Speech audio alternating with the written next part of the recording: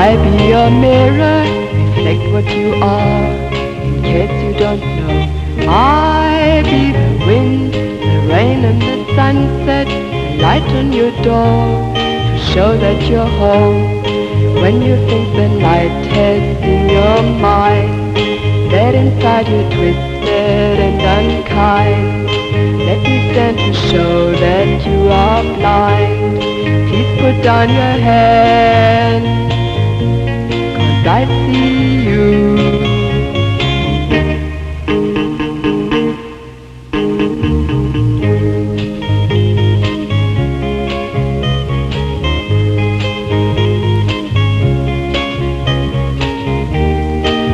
Find it hard to believe you don't know the beauty you are. But if you don't, let me be your eyes, a hand to your darkness, so you won't be afraid. When you think the night has in your mind, that inside you're twisted and unkind. Let me stand to show that you are blind. Please put down your hand, I see you.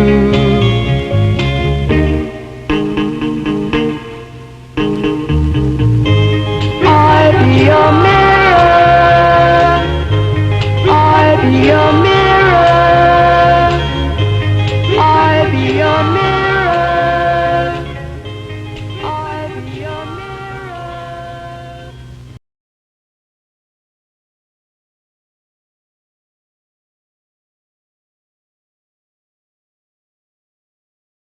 The film was made in 1967, and it was made of the Exploding Plastic Envelope, which is one of the first multimedia environments created with both music and imagery all over the entire room.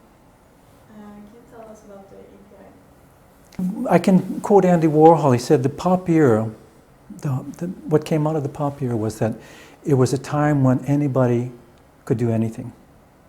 And he was a fantastic example of that, in the sense that he started with painting, but he went on to so many different things. He made his films, these fantastic still films that are so revealing. Nothing seems to happen from his part, but people themselves are so revealing in front of the camera. And he combined all this together. And I think that was an amazing creative explosion that we're still feeling today in all the arts. This opening of all these possibilities in all the different arts forms, and being able to cross boundaries. Before, people were very limited. You did this or you did that, music and this, and now suddenly the boundaries are broken down, and anyone could do anything, as he said. And he did. What kind of emotion did you want to create with the movie? It wasn't so much of an emotion. I wanted to really recreate the experience of the event. So many films are documentaries of something or about something, and I wanted this to be a direct experience of what it was like to be in that environment. It wanted to recreate the event. It wasn't a statement, any other idea than just to recreate what it felt like to be in the event itself. And because of that, we had to come upon some new ways to do that, because it was very multi-dimensional with all these imageries and the sound and everything. So we had to actually create a multi-dimensional film, in the sense that we had 5 levels of imagery in order to get that feeling of what it was like to be there live. Can you tell us a bit about the environment the film was made in? It was done in a club environment, and Andy Warhol's films were projected all around on all the 4 walls and the ceilings, and there was a light show going on at the same time. So it created this multi-dimensionality in itself, and then by being able to record that and then have 5 levels of film within the film, one gets a real powerful experience of that.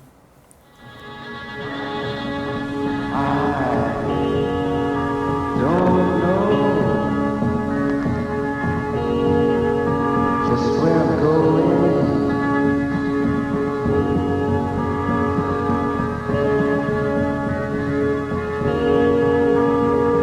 but I'm gonna try for the kingdom if I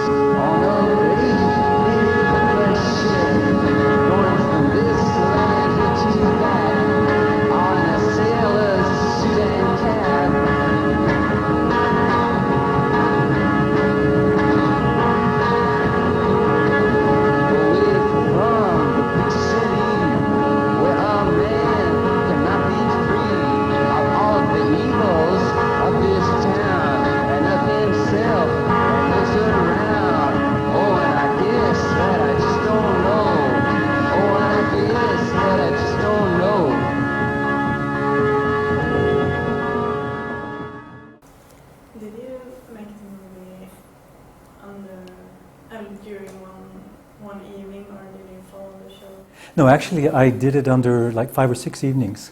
I went back, I was there each evening and recording in order to have enough material, different kinds of material to be able to work with. It was a very tight situation because film at that time wasn't very sensitive. And so I had to really push the film at that time to be able to get anything at all without, we used no other artificial lights, we used only the available light. And it was only from the film and from the light show. So that wasn't very much at the time to be able to record on the film, but we got it done. Was this something that was unique at the time that you did it, or was it? Oh, the film at that time was very unique in that it wasn't a film talking about something, but it was a film experience of light and music, total experience, which is what the EPI was too. So for that, it was very unique at that time that it hadn't been experienced like that before as a film. So that's why I was very happy that when people did see it, they could see this and they could communicate it.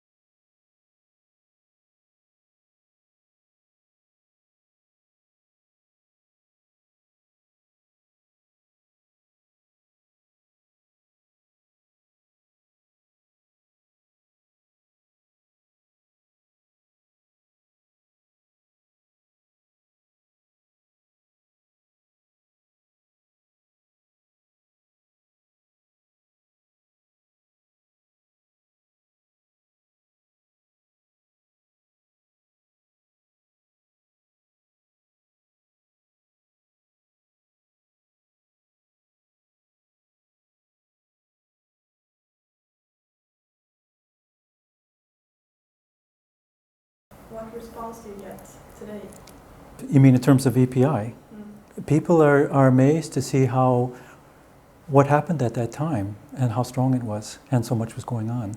And they see what a seminal period it was, the late half of the 1960s, how so many things were happening that influence us still today. Yeah. What do you think about the movie today? When I look at it, I put it away sometimes and I pull it out again. I'm happy to see that it's still got its own life, that it's still alive, that it still works, that it still has a power in it that it had then. And that makes me very happy that it's still very strong. Do you think when they themselves saw the movie, because I hope they did? Yeah, they've seen the movie. Gerard Malanga and many other people who are in the movie have seen it. Yeah, what did they think? It was a very accurate recreation of that experience, that it really gave that experience of what it was like to be in that environment.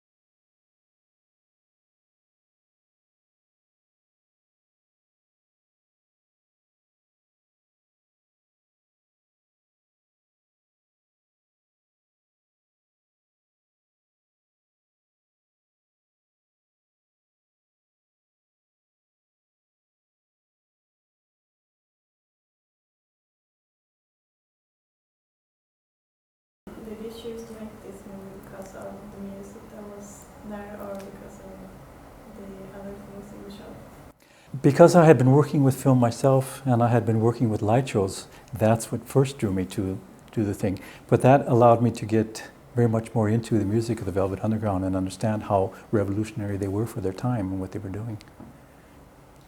Have you noticed if your movie has been a source of inspirations for today's filmmakers?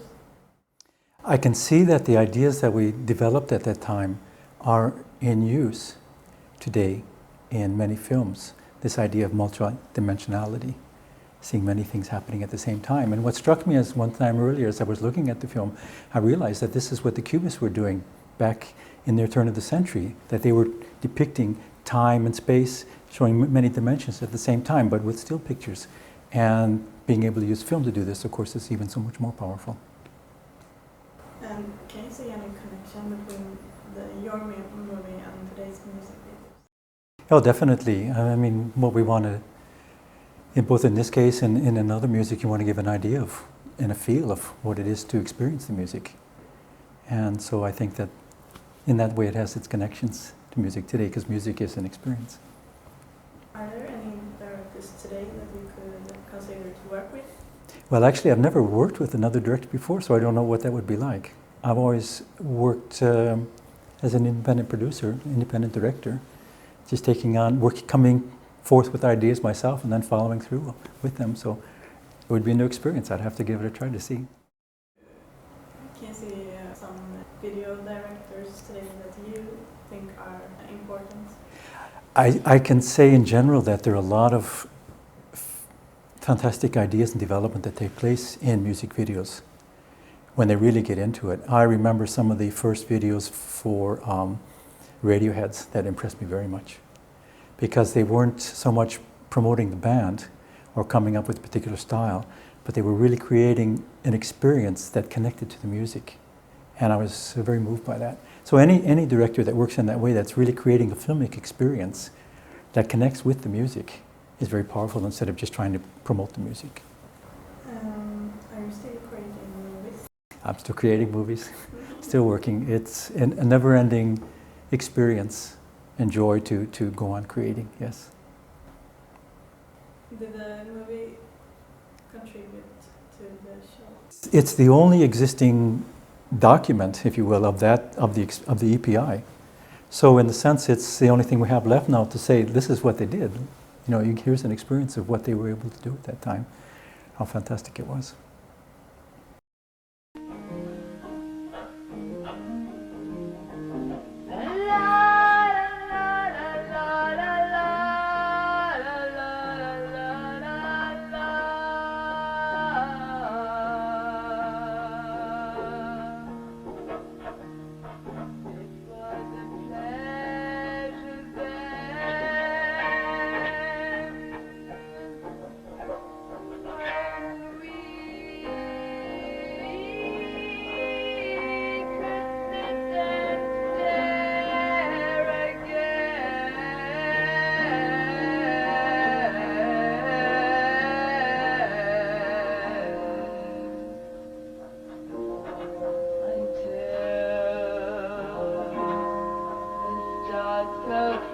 Cloudy trees unto the ground.